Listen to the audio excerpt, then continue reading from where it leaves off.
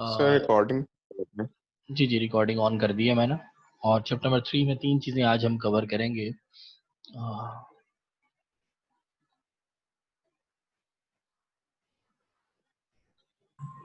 Number 1 है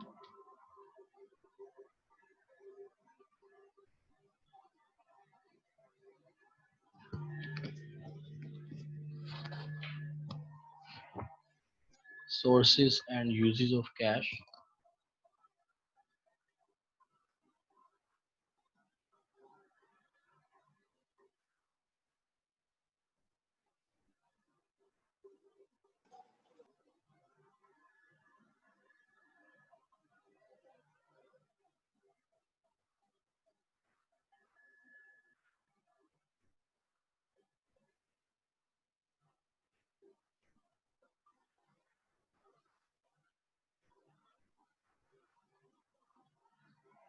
जी students, ये 3 चीज़ें आज हम डिस्कस करेंगे, sources and uses of cash, और सेकंड है स्टैंडर्डाइज्ड स्टेटमेंट्स, और नंबर 3 है हमारे पास रेशियोज। ठीक है, ये सबसे पहले हम समझते हैं sources and uses of cash को।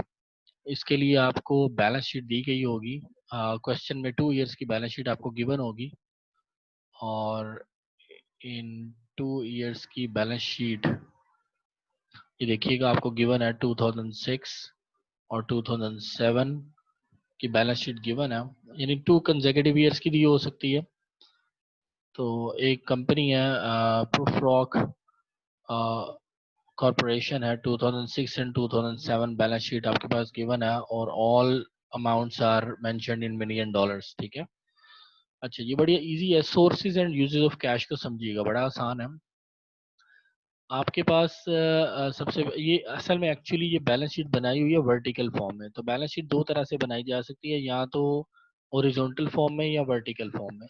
तो ये वर्टिकल फॉर्म में है, जिसमें एसेट्स ऊपर आ रहे हैं और लायबिलिटीज एंड ऑनर इक्विटी उससे नीचे मेंशन किए हुए हैं। ठीक है, तो पहले एसेट्स को मेंशन कर दिया, उसके बाद उसने नीचे लायबिलिटीज एंड ऑनर इक्विटी को मेंशन कर दिया।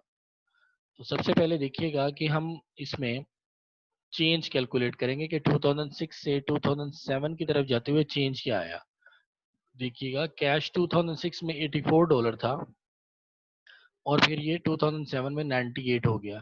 तो 98 में से जब आप 84 माइनस करेंगे तो आपके पास प्लस का 14 आंसर आएगा। ये प्लस का 14 आपका चेंज आ गया कैश में। क्लियर? तो इसे कहेंगे, जब आपके चेंज में प्लस का साइन आएगा, इसे कहेंगे सोर्स ऑफ कैश। ठीक है, जब भी आपका चेंज जो आएगा किसी भी एसेट्स या लायबिलिटी में, सॉरी एसेट्स की अभी सिर्फ बात करते हैं, लायबिलिटीज की बाद में बात करते हैं। तो जब भी आपका एसेट्स का चेंज ये पॉजिटिव आ रहा है, तो it means it is a source of cash. Cash बढ़ गया, 84 से 98 पे चला गया। सेकंड, आपके अकाउंट्स रिसीवेबल 165 थे, और 165 से कितने हो गए हैं जी, 188 हो गए हैं। अकाउंट्स रिसीवेबल आपके 188 हो चुके हैं। तो ये आपके पास, अगर आप 188 में से 165 माइनस करेंगे तो ये आपके पास ये भी प्लस का आंसर आएगा। फिर इसी तरह 393 इन्वेंट्री है, 2006 में $393 थी, तो $393 मिलियन थे, और ये बढ़ के $422 हो चुकी है। ठीक है, तो इसमें जब आप 422 में से 393 माइनस करेंगे तो आपके पास 29 प्लस का आंसर आएगा। ये थे तीनों हमारे पास current assets, cash, accounts receivable और इन्वेंट्री। अब हम चलते हैं आगे फिक्स्ड एसेट्स की तरफ। फिक्स्ड एसेट्स की हेडिंग दी है, और फिक्स्ड एसेट्स में देखिएगा net plant and fixed and equipment. Net plant and equipment वो होता है जिसमें से डेप्रिसिएशन ऑलरेडी माइनस हो चुकी होती है। तो इसमें से डेप्रिसिएशन माइनस हो चुकी हुई है। तो ये है 2731 से 2880 तक ये बढ़े हैं। तो 2731 से लेकर 2880 तक ये अगले साल में बढ़ गए हैं। तो फिक्स्ड एसेट्स भी आपके इंक्रीज हो गए हैं। तो माइनस करेंगे 2880 माइनस 2731, आपके पास आंसर आ जाएगा प्लस 149। ठीक है, टोटल करंट एसेट्स में प्लस $66 का इजाफा हुआ है, और और इसके बाद टोटल एसेट्स जब आप प्लस 66 में 49 को भी प्लस करेंगे तो टोटल आपके पास आएगा $215, $215 मिलियन का चेंज आया है, पॉजिटिव चेंज है, तो it's a good thing for the company. पहले इतना क्लियर हो गया आपको? अब पहले आगे सिर्फ हम चेंज को रिकॉर्ड कर रहे हैं, चेंज को देखिएगा। यहाँ पे अब हम लायबिलिटीज एंड ऑनर्स इक्विटी की तरफ आते हैं। अच्छा जी, सबसे पहले हम करंट लायबिलिटीज को देखेंगे और उसके बाद फिर हम देखेंगे लॉन्ग टर्म डेट या लॉन्ग टर्म लायबिलिटी तो हम उनको देखेंगे। करंट लायबिलिटीज हमारे पास सिर्फ दो मेंशन है, एक है अकाउंट्स पेबल और दूसरी है नोट्स पेबल, दो लायबिलिटीज है। अच्छा, 2006 में हमारे पास अकाउंट्स पेबल थे $312 और ये इंक्रीज होके हो गया हमारे पास $344, ये हमारे पास इंक्रीज हो चुके हैं।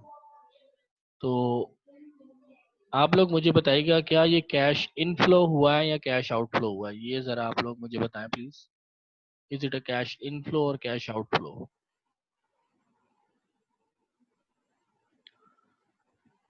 जी इन्फ्लो हुआ स्टूडेंट, है सर, जी बिल्कुल ऐसे क्योंकि ही है बोरो स्टूडेंट। किया आपने। बोरो जी। किया आपने, मजीद बोरो किया, तो ये आपका कैश इनफ्लो है। ठीक है, कैश इनफ्लो के लिए हम सिर्फ आई लिख देते हैं यहाँ पे ताकि आपको पता चले ये कैश इनफ्लो है। क्लियर? अच्छा, नेक्स्ट है अकाउंट्स पेबल, हमने कर लिए। नोट्स पेबल $231 के थे और ये आपके कम हो गए हैं, 196 पे आ गए हैं, डिक्रीज हो गए हैं, तो डिक्रीज -35 शो हो रहा है, -$35 मिलियन कम हो गया, डिक्रीज हो गया। Is it a cash inflow और कैश आउटफ्लो? आउटफ्लो। आउटफ्लो है, आउटफ्लो के लिए ओ लिखते थे हम। मतलब पहले हमारी लायबिलिटीज थी $231 की, तो हमने उसमें से $35 पे कर दिए हैं। ये $35 पे करके हमारे पास अब सिर्फ 196 के रह गए हैं, तो $35 हमारा आउटफ्लो ऑफ कैश है। ठीक है, अच्छा इसको और ये हमारे पास चूंकि दो ही करंट लायबिलिटीज थी, ये +32 है और माइनस का 35 है, और हमारे पास आंसर इसका आएगा -3 आएगा, क्योंकि +32 में से -35 करेंगे तो हमारे पास -3 आएगा, तो current liabilities, total current liabilities हमारे पास -3 है। अब हम लॉन्ग टर्म डेट की बात करते हैं। लॉन्ग टर्म डेट वो कह रहा है कि पहले था $531 और ये आपका डिक्रीज हो गया, और डिक्रीज होके कितना हो गया जनाब, ये आ गया $457 मिलियन। इट मीन्स कि आप अगर 457 में से ये माइनस करें 531 तो आपके पास 74 आंसर आएगा। इट मीन्स आपने $74 मिलियन का डेट अदा कर दिया है। तो is it a cash outflow और इनफ्लो? आउटफ्लो। आउटफ्लो। जी बिल्कुल, this is a cash outflow. ठीक होगी बात। अच्छा, अब आगे चलते हैं, आगे मूव करते हैं। थर्ड हमारा पार्ट होता है बैलेंस शीट का, ऑनर्स इक्विटी का। ऑनर्स इक्विटी में दो चीजें आती हैं, नंबर वन एक कॉमन स्टॉक आता है और सेकंड आती है हमारे पास retained earnings. Common stock and paid in surplus आपका $500 था, $500 मिलियन था 2006 में, और ये इंक्रीज होके $550 मिलियन पे चला गया। 550 में से जब आप माइनस करेंगे 500 तो आपके पास प्लस का आंसर आएगा $50। इट मीन्स कि आपके पास पहले कॉमन स्टॉक या शेयर्स जो कंपनी के मार्केट में थे वो $500 के थे, इस वक्त मार्केट में $550 मिलियन के शेयर्स कंपनी के पास हैं। तो कंपनी ने, इसका मतलब है मजीद शेयर सेल किए हैं मार्केट में, तो मजीद शेयर सेल करने से आपके पास कैश इनफ्लो आता है या आउटफ्लो होता है? इनफ्लो। ये आपके पास इनफ्लो हुआ, वेरी गुड। तो this is a cash inflow. पहले $500 मिलियन के शेयर मार्केट में थे, आपने मजीद $50 मिलियन के शेयर्स मार्केट में फ्लोट किए, जिसकी वजह से आपका कैश बढ़ गया। ठीक है। अच्छा जी, नेक्स्ट हमारे पास सेकंड थिंग आती है रिटेन्ड अर्निंग्स। तो रिटेन्ड अर्निंग्स हमारे पास लास्ट ईयर की थी $1799 मिलियन, और ये बढ़ के इंक्रीज होगी होगी हमारे पास $2041 मिलियन, ये इंक्रीज होगी हमारे पास 2041। इसमें से जब माइनस करेंगे 1799 तो दिस इज अ $242 मिलियन का इजाफा हुआ है हमारी रिटेन्ड अर्निंग में। तो this will be considered as a cash inflow और outflow? Inflow. Inflow, this will be a cash inflow. ठीक हो गया। अच्छा, इसी तरह एसेट्स को थोड़ा सा एक दफा रिवाइज कर लेते हैं। कैश आपका 84 था, 84 से बढ़ के 98 पे चला गया, कैश में इजाफा हो गया। तो ये तो सीधी सी बात है, जब कैश में इजाफा होगा तो it will be considered as cash inflow. Account receivable जरा मुझे बताइएगा, 165 मिलियन डॉलर आपने लोगों से रिसीव करने थे और 2007 में 188 मिलियन डॉलर रिसीव करने हैं। इट मींस के 23 मिलियन डॉलर आपने मजीद रिसीव करने हैं अभी लोगों से। तो will it be considered as a cash inflow और outflow? Outflow. Outflow, very good. क्योंकि इसका मतलब है कि 23 मिलियन डॉलर का आपसे एक तरह का कैश आपके हाथ में नहीं है, वो कस्टमर्स के हाथ में है जिनसे आपने रिसीव करने हैं, आपके पास नहीं है ये। ठीक है, वेरी गुड। अब इन्वेंट्री की बात करते हैं जनाब। इन्वेंट्री 393 मिलियन डॉलर की थी और बढ़ के हो गई है 422 मिलियन डॉलर की आपके पास। और 20, इसका मतलब है आपने 29 मिलियन डॉलर की मजीद इन्वेंट्री परचेज की है। जब आपने परचेज आउटफ्लो। किया तो कैश इनफ्लो होगा या outflow? Outflow. Exactly, this will be cash outflow. आपके net plant and assets 207,031 dollars के थे और ये बढ़ के हो गए हैं 2,880 डॉलर्स के। इट मींस कि आपने 149 मिलियन डॉलर के मजीद एसेट्स परचेज किए हैं। तो कैश आपका इनफ्लो हुआ या आउटफ्लो हुआ इन एसेट्स को परचेज आउटफ्लो। किया? आउटफ्लो। ठीक होगी बात, वेरी गुड। अच्छा, अब ये दो चीजें हैं नंबर 1 पॉइंट में जो हमने डिस्कस करनी है, sources and uses of cash. याद रखिएगा, जो इनफ्लोज हैं वो सारे क्या कहलाते हैं? सोर्सेज ऑफ कैश कहलाते हैं।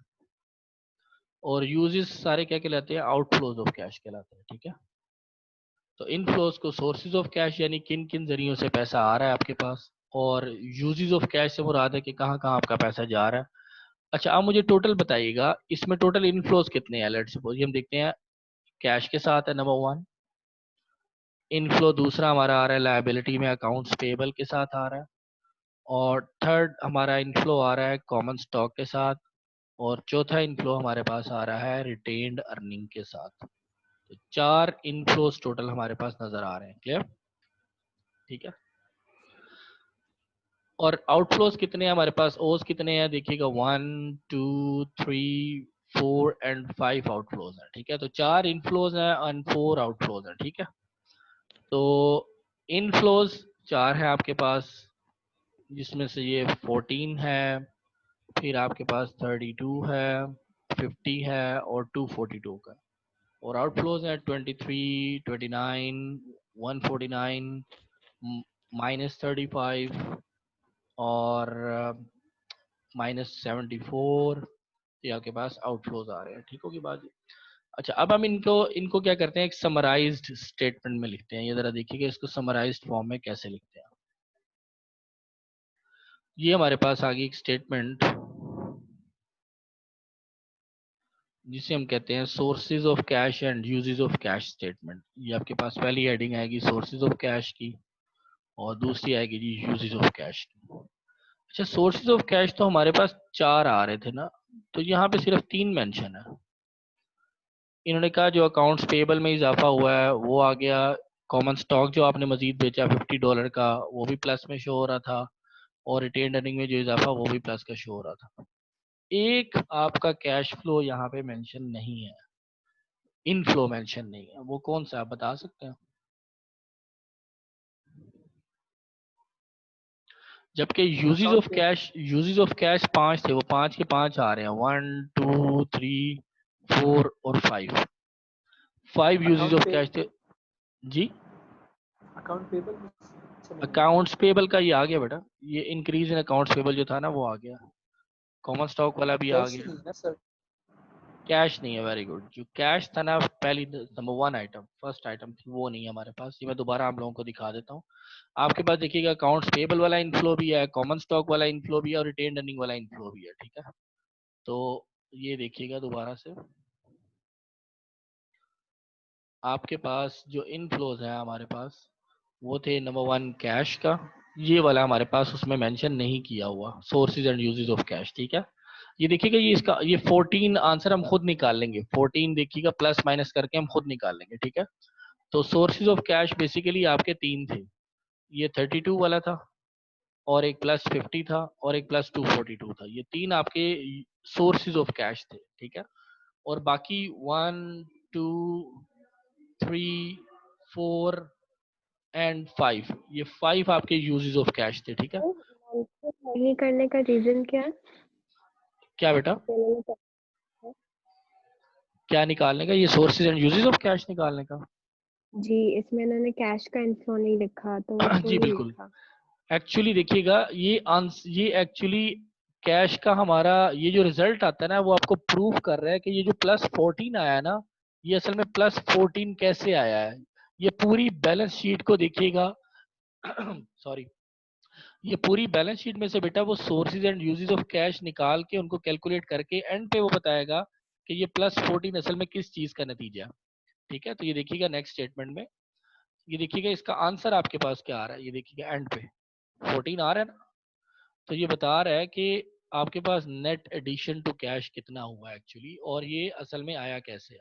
असल में sources and uses of cash statement का पर्पस यही है बनाने का कि आपका जो कैश का चेंज आ रहा है ना, वो सारा उसका क्रक्स बता दे कि वो किन सोर्सेज और किन यूजेस को कैलकुलेट करने के बाद आया, ठीक है। अच्छा देखिएगा बेटा, सोर्सेज हमारे पास तीन थे, तो इन तीनों को ऐड कर दिया, और यूजेस जितने भी थे 1 2 3 4 5 उनको ऐड अप कर दिया। अच्छा इसमें बड़ी इंपॉर्टेंट बात बता रहा हूँ, कुछ यूजेस आपको माइनस में नेगेटिव में शो हो रहे थे, लेकिन आपने इधर सब यूजेस को जो आउटफ्लो थे ना, उन सबको ऐड अप करना है, ठीक है। और सोर्सेज को ऐड अप अलग से करना है, सोर्सेज ऑफ कैश को अलग से ऐड अप कर दें, और यूजेस ऑफ कैश को अलग से ऐड अप कर दें, और फिर इन दोनों को माइनस कर दें। तो 324 में से आपने माइनस किया $310, 324 टोटल सोर्सेज ऑफ कैश थे, और इसमें से आपने $310 यूजेस ऑफ कैश माइनस कर दिए। तो $14 जो है ये बताएगा कि बैलेंस शीट में जो कैश फिगर में चेंज आया है $14 का, वो असल में किस वजूहात की बिना पर आया। वो सारी वजूहात ये थी sources and uses of cash की, ठीक है। अब यहाँ तक जी बेटा, आज का नंबर 2 पॉइंट है स्टैंडर्डाइज्ड स्टेटमेंट्स। ये कैसे बनाई जाती हैं, तो ये सीखते हैं स्टैंडर्डाइज्ड बैलेंस शीट या स्टैंडर्डाइज्ड इनकम स्टेटमेंट कैसे बनाई जाती है, और एक्चुअली इनका पर्पस क्या होता है, ठीक है।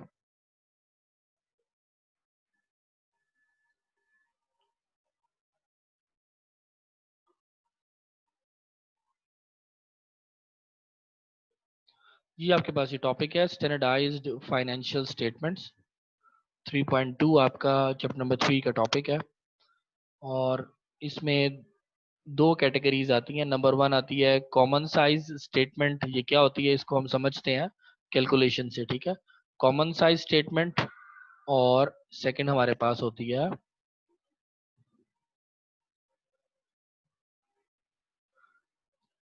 Common base. नंबर 1 होती है जी कॉमन साइज स्टेटमेंट, और दूसरी होती है कॉमन बेस। तो ये दोनों हम समझते हैं एक एग्जांपल के साथ, ठीक है। इट्स वेरी इजी, बहुत आसान है। तो पहले हम कॉमन साइज को समझ लेते हैं बेटा, फिर कॉमन बेस को समझ लेते हैं। तो कॉमन साइज में दो स्टेटमेंट्स बनाएंगे, यानी इसमें सिर्फ दो स्टेटमेंट रखेंगे, बैलेंस शीट और इनकम स्टेटमेंट, ठीक है। तो बैलेंस शीट और इनकम स्टेटमेंट को समझते हैं कॉमन साइज कैसे बनाई जाती है। जी बेटा, इसको बहुत ही आसान है, जरा समझिएगा ध्यान से। कह रहे हैं कि आपको देखिएगा उसने 2 इयर्स के एसेट्स और लायबिलिटीज की दे दी हैं। 2006 और 7 के आपके पास ये एसेट की लाइन है सारी, और ये वाली आपकी 2007 की एसेट्स की लाइन है सारी, ठीक है। इसी तरह नीचे लायबिलिटीज और इक्विटी 2006 के हैं, और ये सारे 2007 के हैं। क्लियर। कॉमन साइज में क्या होता है, बड़ी आसान है, मैं बता देता हूँ बात। जितने भी आपके याद रखे टोटल एसेट्स है ना, उसको आप कर लें 100% कंसिडर। जितने भी आपके टोटल एसेट्स हैं, चाहे वो 2006 के हैं चाहे वो 2007 के हैं, उनको आपने कितना कंसिडर करना है, 100% कंसिडर करना है।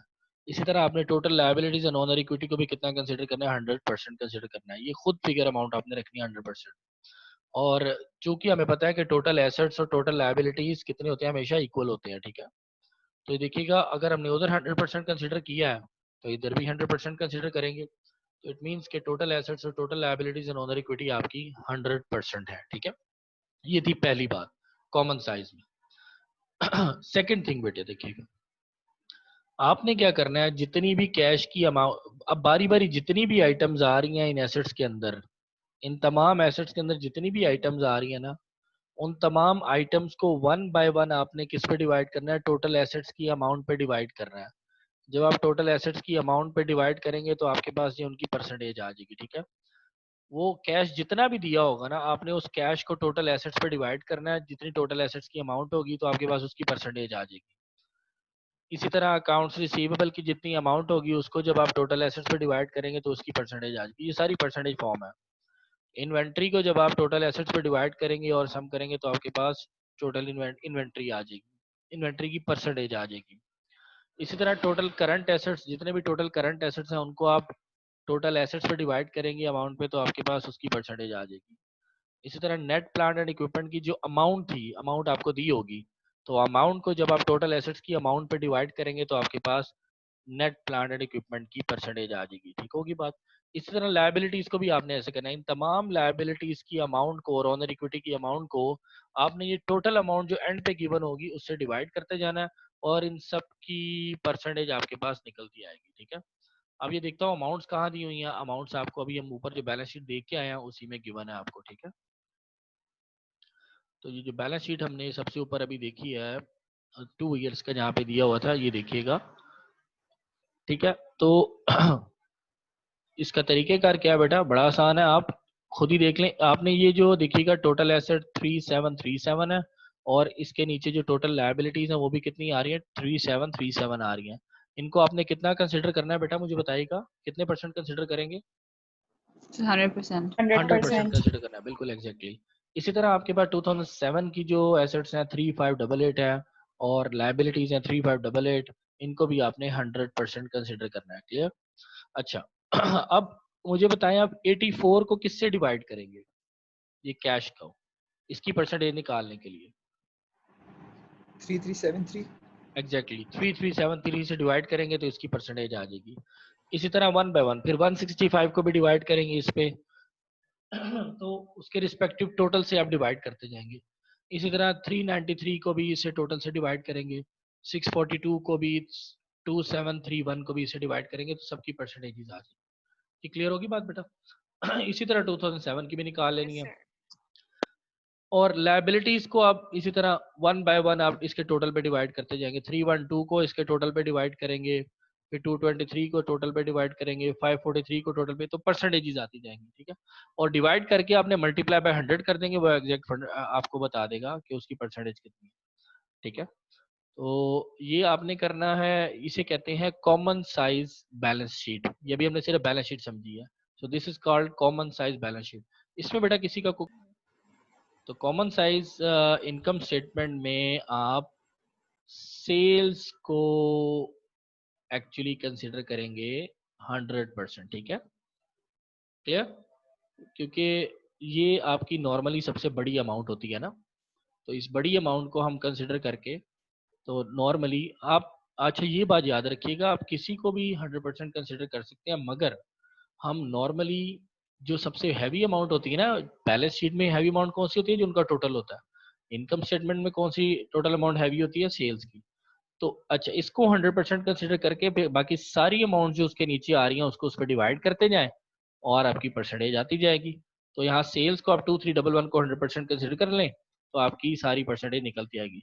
तो सेम एज इट इज। अच्छा नेट इनकम मैंने बताई थी, ये याद रखिएगा एमसीक्यूज के पॉइंट ऑफ व्यू से, कि नेट इनकम को हमेशा दो कैटेगरीज में डिवाइड किया जाता है, एक तो डिविडेंड्स में, तो कुछ हिस्सा डिविडेंड में चला जाता है और जो बाकी बच जाता है वो कहाँ पे चला जाता है, आपका रिटेन्ड अर्निंग में चला जाता है। तो याद रखिए जब भी डिविडेंड और इन दोनों को जमा करेंगे तो ये किसके बराबर आएगा, नेट इनकम के बराबर आएगा, ठीक है। तो नेट इनकम को दो चीजों में डिवाइड किया जाता है, एक तो डिविडेंड्स में और दूसरा बाकी जो बचता है वो हम रिटेन्ड अर्निंग में उठा के डाल देते हैं, क्लियर। तो ये कॉमन साइज इनकम स्टेटमेंट जो बनी हुई है वो मैं आपको दिखा देता हूँ।